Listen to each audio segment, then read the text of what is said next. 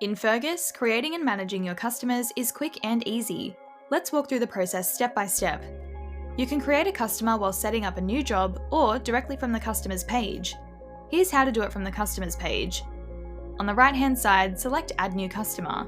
Fill in the customer's details. The key fields are customer name, physical address, and default main contact details. You can also update the postal address, billing contact, add additional contacts, and adjust customer settings at the bottom of the page. Once done, click Save Customer in the bottom right. And that's it, your new customer is now set up. Let's talk about managing customers. To manage an existing customer, go to the Customers page and search for and select the customer to open their profile.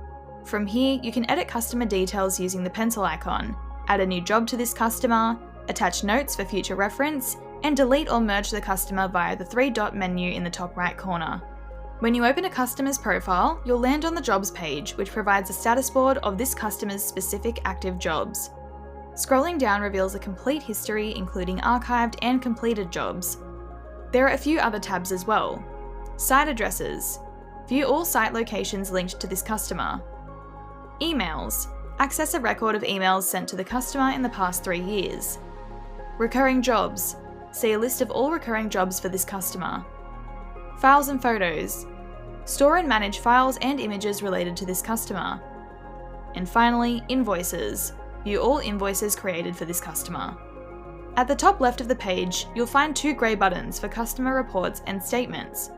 The customer report generates a Fergus WIP report for this customer specifically. The summary of activity lets you view, print, or email a statement directly to your customer. And that's all there is to it.